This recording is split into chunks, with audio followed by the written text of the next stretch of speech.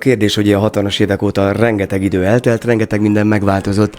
Az élelmiszer az minőségében jobb lett, vagy romlott? Szlogent elkezdenek használni, és az, hogy az mekkora hógolyót növeszt maga köré, az már úgy elfelejtődik. Nagyon jók ma már a higiéniai feltételek, olyan a tárolás technológia, a hűtés és a többi, és ott van a paprikánk akár 1,5-2 hétig, és még mindig jó.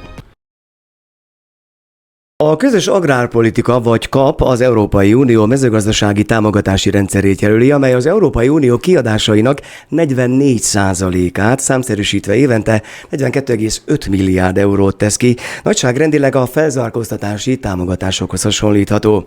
Az Európai Unió által 1962-ben létrehozott közös agrárpolitika, amit mostantól csak KAP-ként fogunk emlegetni, partneri viszonyt teremt a mezőgazdaság és a társadalom között, valamint Európa és az uniós gazdálkodók között. A közös agrárpolitika hozzájárul ahhoz, hogy megfizethető, biztonságos és kiváló minőségű élelmiszerek álljanak az Európai Unióban élő közel 450 millió uniós polgár rendelkezésére. A közös agrárpolitikában érdekelt szakemberek folyamatosan azon dolgoznak, hogy különböző médiakampányok keretében megismertessék a KAP előnyeit, illetve bevonják az ágazatban tevékenykedő fiatalokat a közös gondolkodásba és a cselekvésbe, és ezt a célt szolgálja ez a podcast sorozat is, amelynek az első kiadásában szeretettel köszöntöm Varga Pétert, a Cibus Hungáricus Alapítvány főtitkárát, közös agrárpolitikai szakértőt, illetve meghívott vendégem Friedrich László, egyetemi tanár, a Magyar Agrártudományi Egyetem tanára, illetve Élelmiszertudományi és Technológiai Intézet igazgatója. Köszöntöm Önöket, ez egy ilyen kicsit szájbarágos beszélgetés lesz olyan értelemben, hogy megpróbáljuk elmagyarázni az embereknek, mi az a KAP, mivel foglalkozik, és mit kapunk mi a KAP-tól. Kivel kezdjük, és mivel kezdjük? Mert hogy élelmiszerről, illetve fogyasztásról és a biztonságos élelmiszerekről lesz szó. Akkor megpróbálom elkezdeni. Igazából ugye ez a 62-es kezdés, ez egy teljesen más Európában történt, mint ahogy ma kinézett az Európai Unió. Hát egyrészt ugye mi sem voltunk tagok, ez egy fő különbség. Másrészt pedig az európai élelmiszerpiac és az európai vidék, az Európai Unió akkori tagországainak vidéke, annyiban más volt, hogy nem volt teljesen önellátó az Európai Unió. Meg kellett védeni azokat a piacokat, úgymond, az élelmiszer, illetve az alapanyag termelő piacokat. Tehát a KAP-nak volt egy nagyon kemény védelmi funkciója. Talán még emlékeznek, vagy vannak olyan kevésbé fiatal hallgatók, akik ilyen vajhegyekre és hasonló húshegyekre emlékeznek, amikor ugye az Európai Unióban a mindenféle vám, lefölözés, piaci beavatkozás következtében kialakultak ilyen termékfeleslegek, illetve termékhegyek. És ahhoz, hogy megfelelő, ugye az is egy fontos szempont volt, hogy az Európai Unióban megfelelő árszinten tartsák az élelmiszereket. Azóta is nagyot fordult ebben a világ, mert jelentősen megváltoztak a világpiaci árak is, az uniós árak is, és ehhez az árszinthez ugye egy viszonylag alacsony élelmiszer árszintet szabtak meg, ez viszont biztosítani kellett a termelőknek a jövedelmét, mert ha azon az áron értékesítették volna, akkor kiürült volna a vidék, és senki nem termelt volna. Tehát egy nagyon összetett rendszerről beszélünk, hogy a KAP-nak kezdetekben, vagy hát legalábbis az általam ismert kezdetekben 4 pillére volt, ma már csak 2 pillére van, ma már a jövedelem, úgymond a jövedelem pótló támogatások, azok sokkal kisebb méretűvé zsugorodtak, összekapcsolódtak a termelés minősége, a környezetmegóvás és hasonló feltételrendszerekkel. Maga a KAP összekapcsolódott a vidékfejlesztéssel, ez kezdetben nem így volt, meg hát ez most is egy folyamatos vitát képez, hogy a strukturális, az általad is említett strukturális alapok, illetve a vidékfejlesztés, az hogyan kapcsolódik egymáshoz. Tehát azt kell, hogy mondanom, hogy 62 óta folyamatos átalakulás van a KAP-ban. A pénzügyi források is jelentősen megváltoztak, ez bőven 50% fölött volt, majdnem kétharmada volt kezdetekben az uniós költségvetésnek, úgyhogy egyrészt az unió nagyon megnőtt azóta, másrészt a kapforrások meg zsugorodtak, és folyamatosan zsugorodnak is.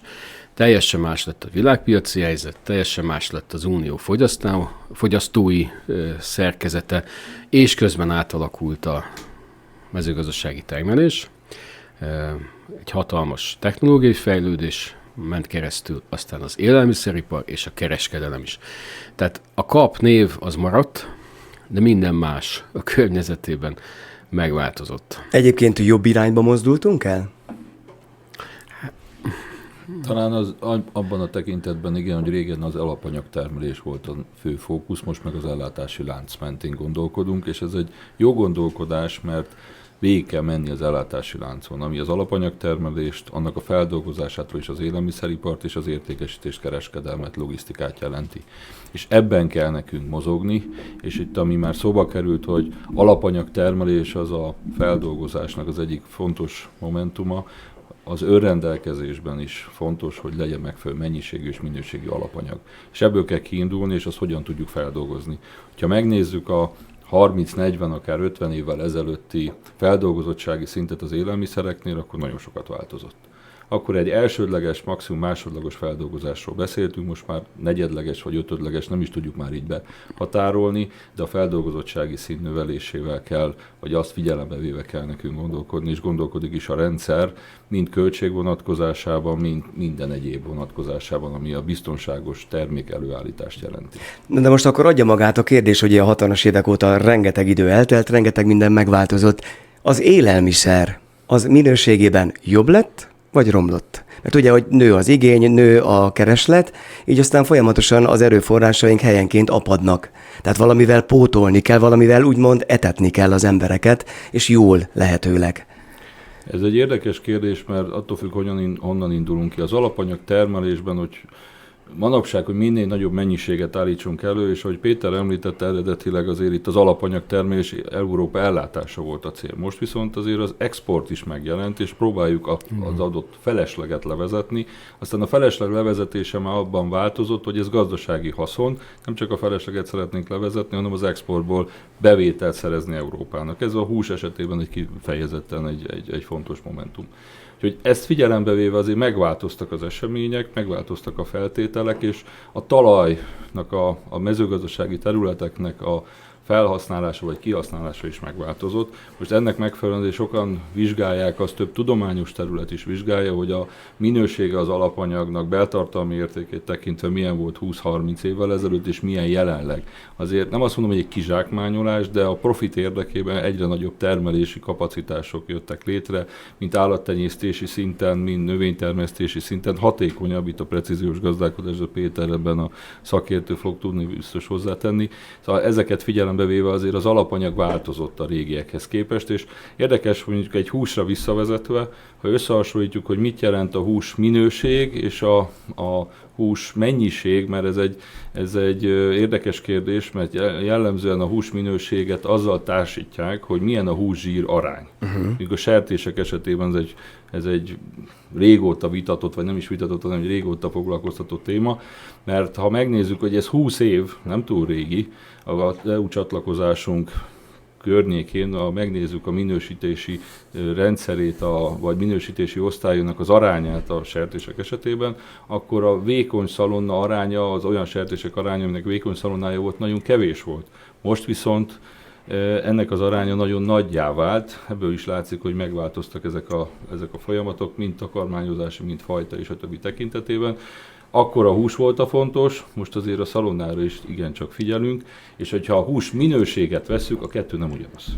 2024-ben indította el a KAP a Cap Ambition nevű projektet, ez 4 alappillért tartalmaz: fenntartható mezőgazdaság, rövid ellátási láncok, a fiatal gazdák bevonása, illetve élelmiszerbiztonság. Vegyük szépen sorjában. Tehát fenntartható mezőgazdaság, mit jelent ez? Azoknak mondjuk el, akik egyáltalán nincsenek témában. Én egy picit még visszakanyarodnék az előző kérdésemmel, ugye ez, hogy hogyan változott meg a mezőgazdaság, és hogy jobb lett-e. És ugye ilyenkor szoktuk azt mondani, hogy hát nézzünk néhány indikátort.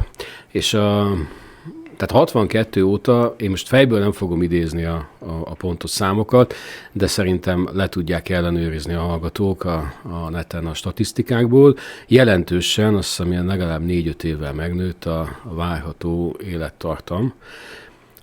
És ugye azért azt tudjuk, hogy az egészségnek az egyik legmeghatározóbb eszköze, vagy az egészségmegőrzésnek az a táplálék.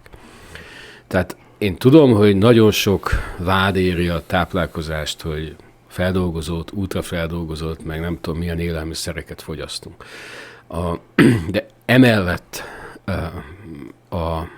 ha messziről nézem, és a globális számokat nézem Európa országait, akkor minden országban megnőtt az élettartam, megnőtt a betegség nélkül, ennek is van egy kifejezése, de ezt most én nem fogom tudni elmondani, a betegség nélkül eltöltött kor, vagy életszakasz is. Tehát hosszabb ideig élnek az emberek, és egészségesebbek. Ezt tudom, hogy volt az életminőség. Így van, és ez nagy részt az élelmiszereknek köszönhető, még akkor is, hogyha azt mindenféle vád éri most ezért és hát nyilván ebben vannak jogos vádak, ezt én nem vitatom, de globálisan azt lehet mondani, hogy az élelmiszerek jobbá tették, vagy egészségesebbé tették a társadalmakat. Egyrészt nincs, vagy hát nyilván az, hogy nincs, ez egy erős kifejezés, de nagyon sokan hozzájutnak a szükséges fehérjékhez, vitaminokhoz, stb., tehát ami ugye az élelmiszerekben van, mert az ár megengedi, hogy hozzájussanak. Biztos, hogy vannak önök, ezt nem tehetik meg, tehát hogy Európa azért egy sajnos ilyen tekintetben egy színes nagy kontinens, és vannak benne szegények, de azért sokkal többen hozzá tudnak jutni. Tehát a minőségi élelmiszer az sokkal szélesebb lakossági rétegekhez el tud jutni, vagy el tudott jutni az elmúlt 50 évben. Tehát szerintem ez egy fontos dolog, amiről nagyon könnyen átlépünk ezen a dolgon, és elkezdjük azt mondani, hogy bemegyünk egy boltba, és akkor csak ezek a chipsek, meg nem. Persze, van chips is, de bemegyünk egy boltba, és 4, 5, 6, 8 fajta alma, zöldség, gyümölcs, alapélelmiszerek, minőségi alapélelmiszerek is ott vannak a chips mellett, és elérhetők. Ez egyébként érdekes ez a példa, hogy ott vannak a zöldségek meg gyümölcsök, mert ugye azt mondják, de lehet, hogy nem joggal, hogy megváltozott a zöldségeknek meg a gyümölcsöknek is a tápanyag tartalmának, a tápértéke. Mi a helyzet ebben a kérdésben? Bár van nagy skála, de minőségileg jó-e? Abszolút. Szóval egy picit visszamennék, amit Péter is említett. Korábban az ellátás biztonsága volt a kérdés, erről már beszéltünk. Még az is kérdés volt, hogy az élelmiszer biztonságot hogy tudjuk tartani. De ez Európában, meg a fejlett országban ez már rég megszűnt ez a kérdés. Néha vannak problémák, de alapvetőleg ez minimális, ez semmi. A minőség lett a szempont, és a minőségben jelentkezik az, hogy milyen terméket fogyasztunk. Megnézzük, hogy hányféle termék, milyen a repertoár az élelmiszerboltokban, élelmiszerkereskedelemben, óriási választék van. Legyen az kicsi, közepes, nagy, logikusan. Ez már eleve megadja azt, hogy milyen lehetőség és a jóléti társadalomban léptünk be ennek a kapuján a nemében. Úgyhogy innen kell megközelíteni, hogy mennyiféle terméket tudunk fogyasztani. A tápértékben és a beltartalmi értékben a változások is egy érdekes kérdést vetnek fel, mert egyrészt ez fajtától is függ. A másik, amire megint csak nagyon figyelünk, mert régen nem mértük annyira, az, hogy hogyan tároljuk azt a terméket. Szóval a úgynevezett post-harvest technológiák, a betakarítás utáni technológiák, tárolás technológia hogyan tartja meg az eredeti minőségét, beltartalmi értékét a termékeknek. Beszéljünk itt elsősorban a zöldségekről, gyümölcsökről.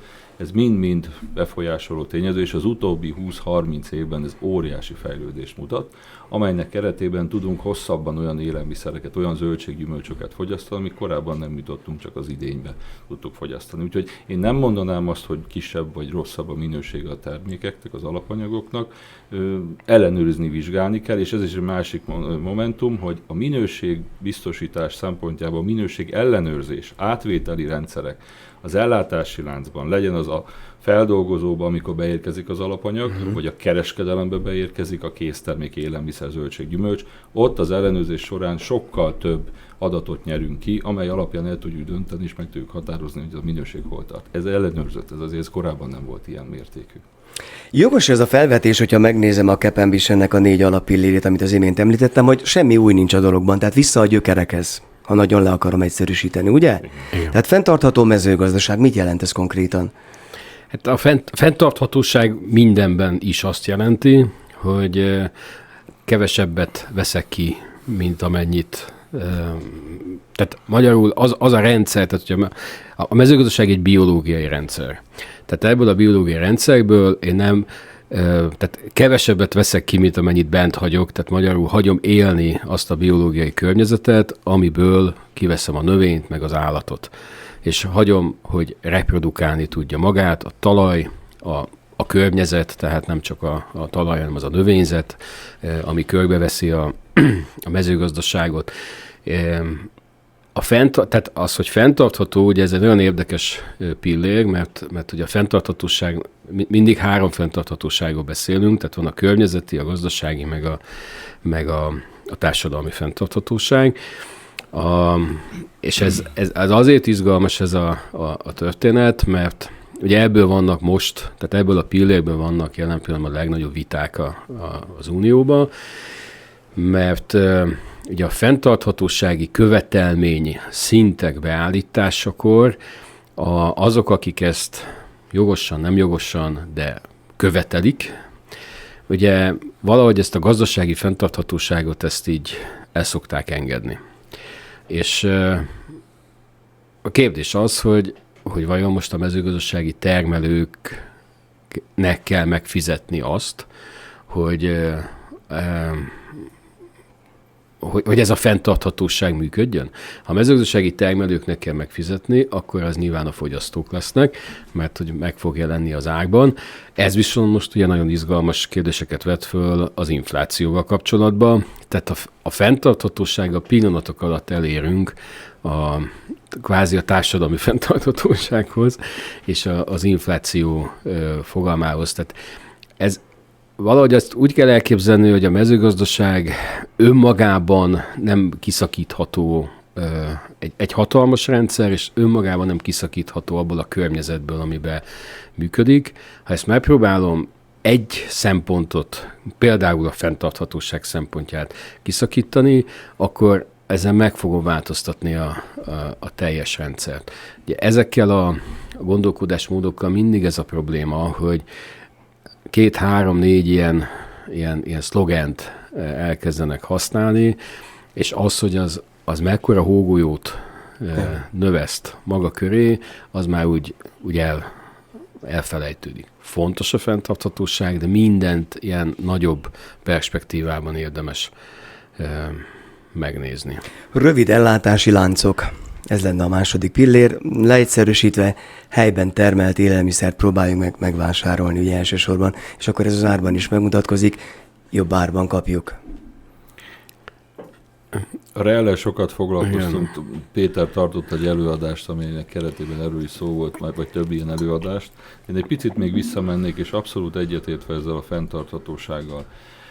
De egy picit megerősítve azt a gondolatot, hogy nagyon komplexen kell ezt vizsgálni, és ez a gazdasági szemléletet hozzá kell tenni. Természetesen a környezetvédelme rendkívül fontos a fenntarthatóság mentén, de komplexen együtt kell kezelni a gazdasági szempontokkal, ami viszi magával az említett társadalmi szempontokat is. És ez az infláció oldaláról. Szóval itt lehet húzni nagyon abba az irányba, hogy a zöldítés, de meg kell találni az egyensúlyt, mert olyan drága lesz az alapanyag, olyan drága lesz az élelmiszer, ami az említett infláció kapcsán a végén egy visszafordíthatatlan folyamatot vonz magával. Úgyhogy itt azokat a komplex technológiákat kell figyelembe venni, ami a fenntarthatóságot biztosítja. És ez nem csak a mezőgazdasági termelés, hanem hogyha figyelembe vesszük, hogy mennyit termelünk mind növényi, mind állati eredetű alapanyagot, annak a hasznosítását hogyan valósítjuk meg. Milyen olyan technológiákat tudunk alkalmazni, ami esetében jobb lesz a hasznosulás. Ez egyrészt a melléktermék feldolgozásra is figyelmet fordít, és egyre többet foglalkoznak azzal, vagy foglalkozunk mi is azzal, hogy a melléktermékekből vonjuk ki az olyan értékes anyagokat, amelyek visszaforgathatók, és ugyanúgy élelmiszernek a dúsítását tudjuk ezzel megvalósítani. Bioaktív komponensek, hogy tudjuk kivonni a fehérjét, sorolhatnám ezeket a dolgokat. Ezzel már egy jóval nagyobb fenntarthatóságot lehet biztosítani, nagyobb létszámú populációnak az eltartását tudjuk megvalósítani, és a mezőgazdaság, illetve a agrár mezőgazdasági fenntarthatóságot tudjuk biztosítani. Szóval ez egy fontos momentum manapság, és ne legyen annyi hulladék, ami ezt még ugyancsak magával viszi. Ez egyébként apropó már szóba jött, a hulladékkezelés, ez jól van már megoldva? Abszolút folyamatosan fejlődik. Szóval most ez olyan, mint a perpetuum mobile, még nem értük el, de dolgozik rajta mindenki, és azért az elmúlt években pont a zöldítésnek köszönhetően, meg pont a fenntarthatóság, ami társadalmi, gazdasági, környezeti oldalról megjelent, igenis igény van, és dolgoznak rajta kutatások, iparban egyre többször használják, forgatják vissza azokat a melléktermékeket, hogy kevesebb legyen, és ez akár a készételre is vonatkozik, lásd egy közétkeztetés vonatkozásában, és ezt hogy lehet megtenni. Szóval ez a fejlesztési pénzeket erre kell fordítani, és akkor ebből lesznek olyan eredmények, ami megint csak a fenntarthatóságot fogják szolgálni. Nem titkolt szándék, ugye a fiatal gazdák bevonása ebbe a termelési láncba, viszont ez nem jelenti azt, hogy minden gazda kellene önmagában termelővé váljon, lehetne mondjuk szövetkezetekbe tömörülni. Mi a helyzet ezzel a kérdéssel? Hát egy a rövid ellátási lánc, ugye, tehát ez például egy nagyon érdekes kategória vagy fogalom, mert hogy tehát az Unióban, ha már közös agrárpolitika, ugye a rövid ellátási lánc meghatározása az azt jelenti, hogy termelő, fogyasztó között maximum egy szervezet, egy áttétel lehet, nincs benne a helyi kategória. Tehát ez, hogy helyi termék, ez egy másik történet. Tehát itt ezekben a fogalmakban azt kell, hogy mondjam, nincs teljesen rendvágva, és ugye előszeretettel használjuk ezt a helyi terméket, ami Budapest közepén, vagy Bukarest közepén, ez mondjuk egy érdekes kategória, de Kolozsvár közepén is érdekes kategória. Tehát ezt úgy végig kell gondolni, hogy pontosan mit is akarunk elérni ezzel a dologgal. Nagyon sok fajta, ugye tehát a rövid ellátási lánc, rengetegen kutatják, rengeteg új modell jön létre, kosárközösség, termelői együttműködések, stb.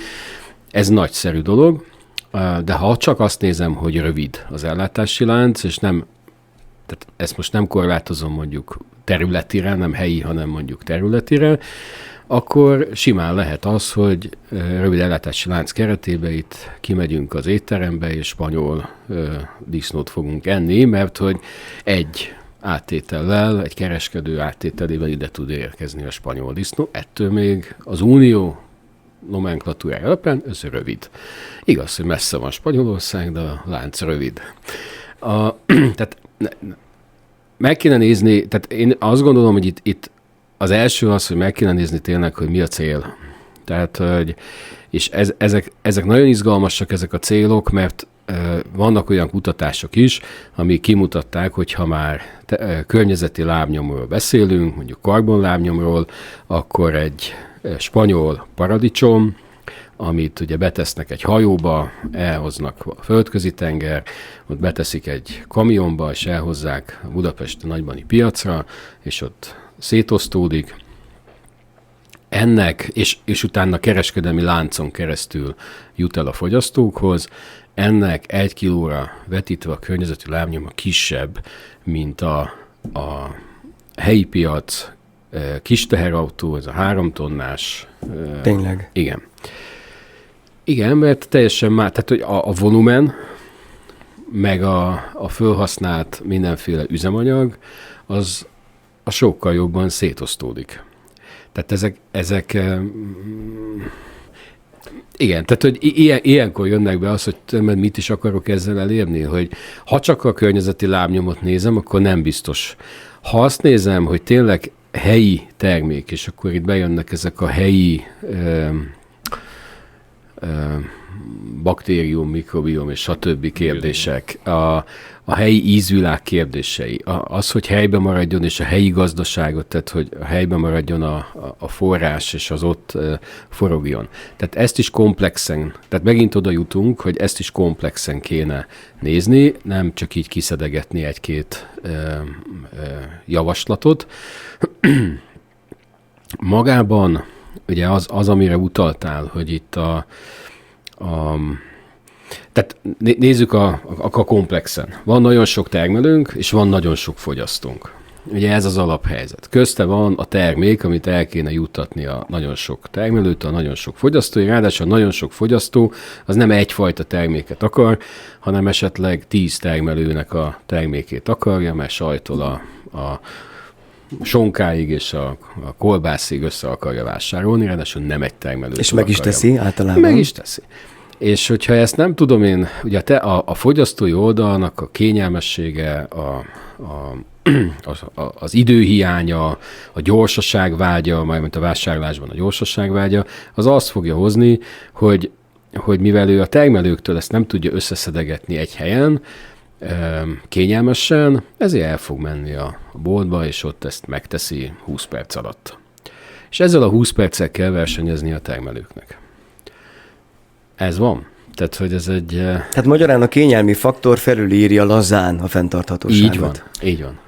És ugye ez egy nagyon izgalmas dolog, hogy akkor mi most a rövidellátási lánc melyik ágát támogassuk, úgymond, vagy melyiket javasoljuk például a fiatal termelőknek, és én személy szerint azt tudom erre mondani, vagy majd Laci megerősít, vagy vitatkozik velem, hogy valahol az, amit itt mondtad, hogy összefogás, tehát hogy az alapanyag termelésben, ha mindenki minőséget állít elő, az teljesen jó.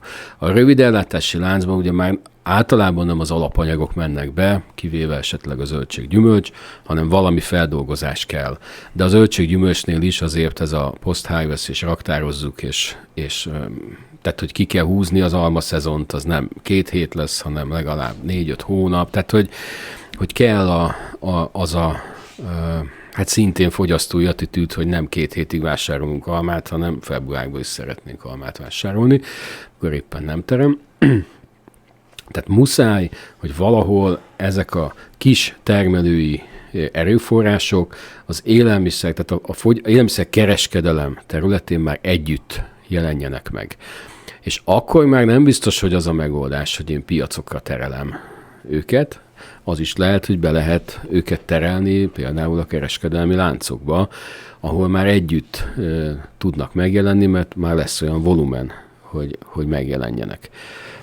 Tehát tényleg új üzleti modelleket kéne a fiataloknak kitalálniuk, összerakniuk ahhoz, hogy azt a fajta elképzelést, hogy egy faluba, ha 10 szarvasmarha, tejelő szarvasmarha tartó van, akkor 10 fajta sajtot 10 márkában állítsanak elő, vagy pedig a 10 falu állítson elő egyet és jót. Igen, egyet és jót. Erre egyébként, bocsánat, hogy húzom az időt, de van egy rettenetesen jó példa erre a sajt történetre, és ezt azért elmondom. Tehát Svájcban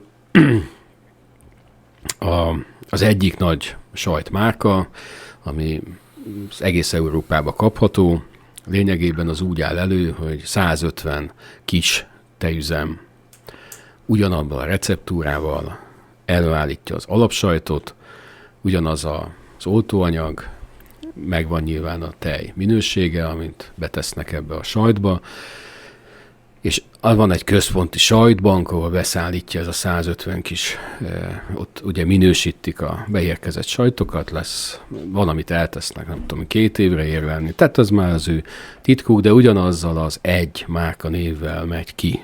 És ezt az összes elbetűs kereskedelmi láncba egész Európában lehet kapni ezt. Tehát ez a termelői tudatosság. Igen. Mi a helyzet a fogyasztói tudatossággal? Mert azt látom, hogy vannak vagy vagyunk tudatos fogyasztók, de mi vagyunk kevesebben. Igen, egy picit még, ha visszakanyarodhatunk az előzőhöz, mert szóba kell, meg több szempontból, amit megkérdeztél, hogy milyen az alapanyag minősége most, meg milyen volt. És most a rövid ellátási lánc az a helyi termékeket, mondjuk ha egy távolabbi országból jön, de direktbe, vagyis a REL feltételeit teljesíti. Arra figyelemmel kell lenni, hogy a tárolás, szállítás során azért az idő folyamatában ezek a bioaktív komponensek adott esetben bomlanak. Magyarán azok a beltartalmi értékek csökkenhetnek. Erre azt hiszem rá kell világítani, mert itt vannak azok a féligasságok, hogy nem ugyanaz, mint a régi, meg nem ugyanaz, mint az itteni. Ebben van igazság, mert ha tárolunk valamit akár a hűtőnkbe, de ezt otthon mi is elkövetjük ezt a hibát, hogy megveszünk egy kiló paprikát, vagy paradicsomot, és akkor ott van, mert nagyon jók ma már a higiéniai feltételek, olyan a tárolás technológia, a hűtés, és a többi, és ott van a paprikánk akár 1,5-2 hétig, és még mindig jó. De a benne lévő például C-vitamin, az bomlik. És már rögtön nem olyat fogyasztunk, amit eredetileg fogyasztottunk volna. De megvettük, és nem is biztos, hogy, sőt, alapvetően nem rossz az az alapanyag, ami annó leszedésre került, bekerült az ellátási láncba, csak amíg mi fogyasztjuk el. Szóval a fogyasztói felelősség az ilyen szempontból is fontos. De edukálni kell a fogyasztót, hogy erre figyelj oda. Az is igaz a mai attitűdök, fogyasztói attitűdök, hogy nem minden nap vásárolunk, vannak bizonyos dolgok, amit minden nap megveszünk, vagy gyakrabban. De az a régi, hogy minden reggel bementünk és megvettük, vagy délután hazafele a munkából a kenyeret, a tejet és a párizsit, vagy egyebeket, mert rövidebb is volt az eltarthatósága, azért az úgy kicsit kitolódott, és kevesebb a vásárlási eset. A másik, szóval ez az egyik, amire figyelemmel kellene, és itt a beltartalmi értékek és a minőség kérdése egy fontos momentum. A másik, amit felírtam magamnak, a nagyon jó modell, és erre vannak példák, környező országban, Nyugat-Európában, mert azt mindenki érzi, hogy fogyasztói oldalról ezeknek a kvázi helyi termékeknek, régiós termékeknek van egy különlegessége. Az adott talaj adottságokból fakadóan mi az, ami megjelenik a zöldségbe, gyümölcsbe, vagy a takarmányba, és ezen keresztül ivóvíz, amit fogyasztanak az állatok, amiből lesz különböző hústermék, húskészítmény, és az egy különlegességet ad. Akár lehet egy különleges fajta is, amit az adott régióra jellemző, akár szarvasmarha, sertés és a többi.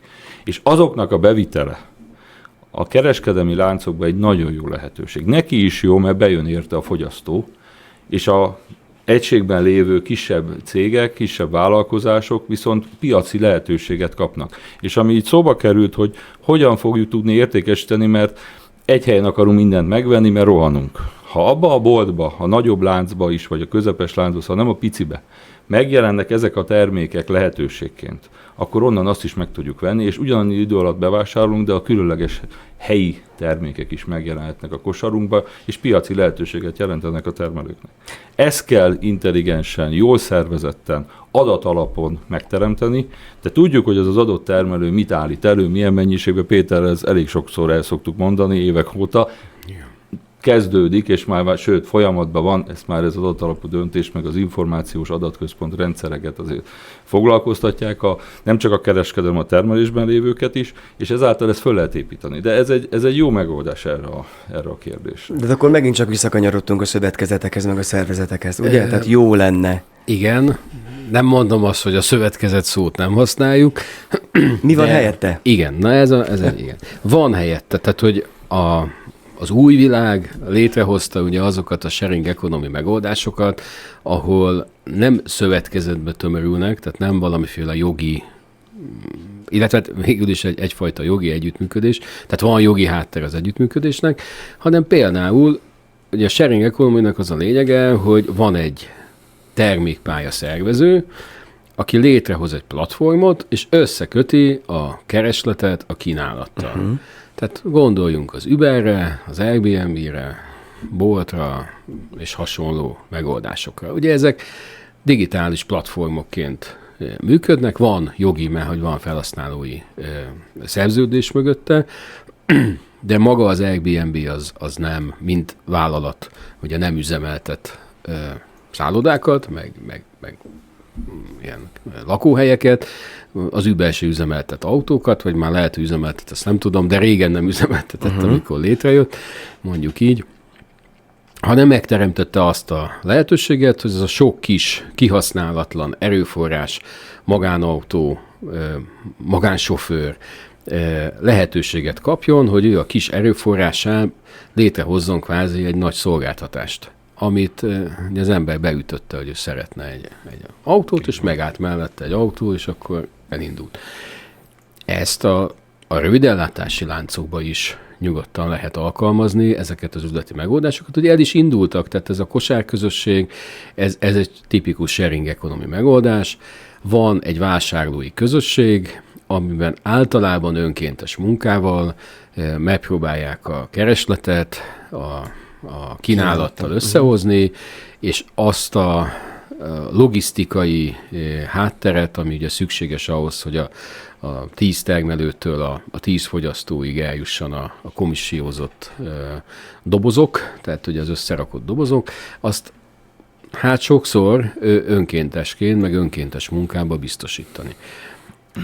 Én azt gondolom, hogy a következő lépés, és a fiataloknak ezt nagyon én a figyelmükbe ajánlom, hogy ezekre olyan üzleti modelleket kéne kidolgozni, amihez digitális hátteret ma már nagyon egyszerű hozzátenni, ahol az önkéntes munkát a jól átlátható árazással ki tudják váltani. Mert ugye tehát hogy nyilván az önkéntes munka egy nagyszerű dolog, de ha valaki úgy dönt, hogy holnap nem csinálom tovább, akkor ugye ez az egész adott kosárközösség bedől, hihetetlen károkat okozva mind a két félnek, és jó lenne, hogyha itt lennének olyan szerződéses feltételek, ahol ez sokkal stabilabban tud működni, és ezek megoldhatók lennének.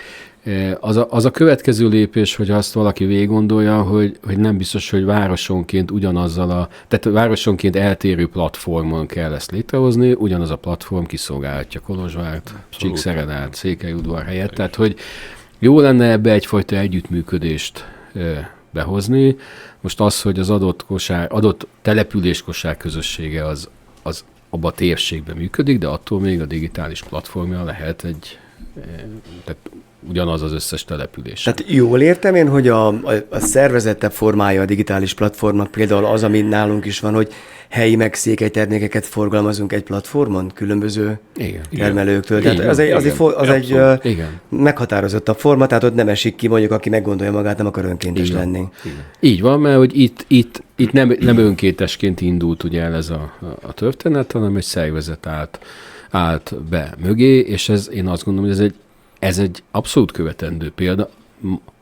Nehogy valaki azt gondolja, hogy az önkénteseket nem szeretem, mert hogy én nagyra becsülöm azokat az embereket, akik tényleg szabad idejükben, és ezt csinálják, és sokszor azért csinálják, mert hozzá akarnak jutni a finom termékekhez, tehát hogy van céljuk ezzel, de ahhoz, hogy mondjuk egy termelő ráépítse egy ilyen értékesítési csatornája a teljes bevételét, hát ahhoz én azt gondolom, hogy az önkéntesség azért nem egy stabil alap. Sokkal jobb egy szerződött forma, ahol mindenkinek megvan a feladata. Tehát létezik egy minőségbiztosítási és ellenőrzési rendszer.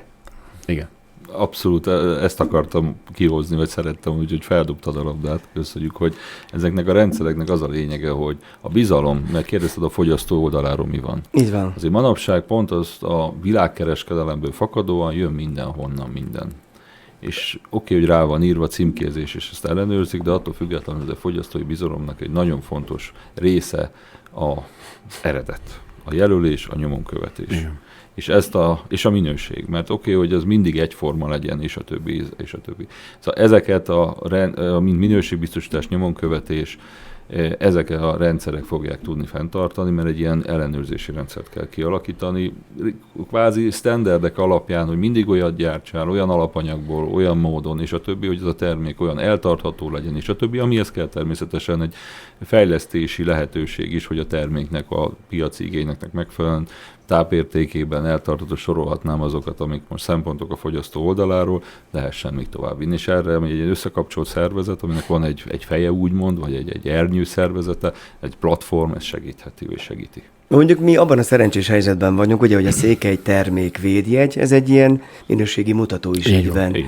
A kérdés az, hogy mikor fogunk elérni arra a szintre, hogy a félretéve ugye a kényelmet, meg úgy egyáltalán a praktikusságot összeszedjük magunknak a helyi termelőktől a tényleg jó minőségű termékeket. Ezt el lehet érni, hogy nagy számban felülírja a kényelmi faktort? Nem biztos, hogy felül kell írni a kényelmi faktort. Tényleg. Olyanra kell csinálni, hogy kényelmes Persze. legyen.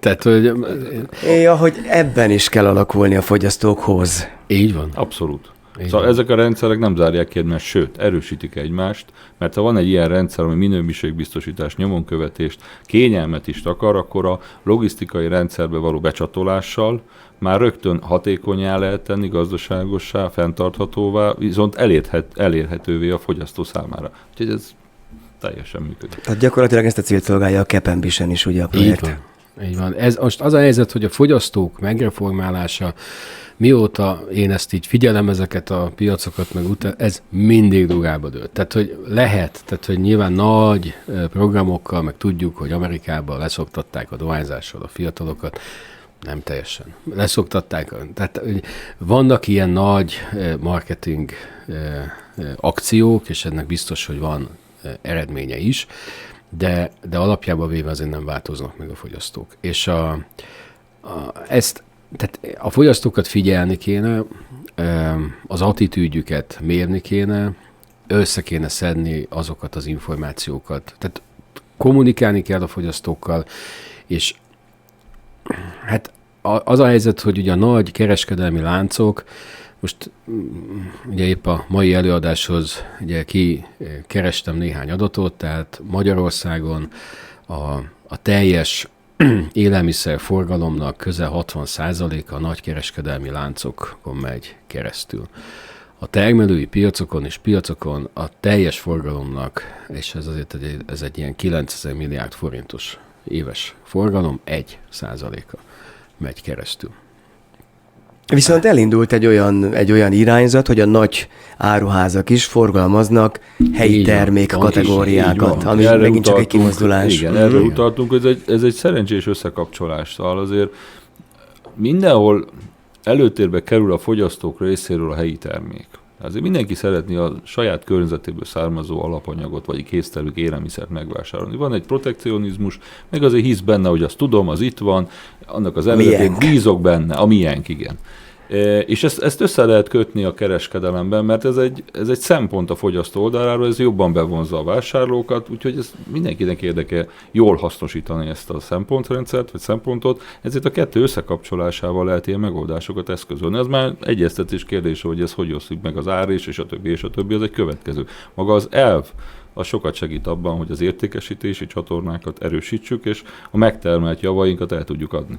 És a közös agrárpolitika azt is jelenti, hogy a közös gondolkodásban segít az Európai Unió olyan értelemben, hogy elérhetővé tesz alapokat, támogatásokat, amik lehívhatóak. Segíti ezt a folyamatot. És akkor egy lépéssel megint előrébb vagyunk. A kérdés az, hogy a mi attitűdünk, fogyasztói attitűdünk jó irányba változik-e? De szerintem mi jó úton haladunk. Szerintem ezt ne értékeljük, változik, tehát a jót ezt hagyjuk, változik, és ezt a változást kéne mérni folyamatosan, és el kell fogadni tehát el kell fogadni tényként. Az, hogy mindig lesznek olyanok, akik egyébként föl tudnak, nem tudom, kelni reggel 4-kor és elmennek. Tehát ilyenek lesznek. Én az előbbi számokat azért mondtam, hogy az arányokat lássuk. Tehát, hogyha a termelőpiac az 1%, akkor lehet, hogy nagyon sokat ráköltve ezt föl lehet tornázni 2%-a, de az 2%.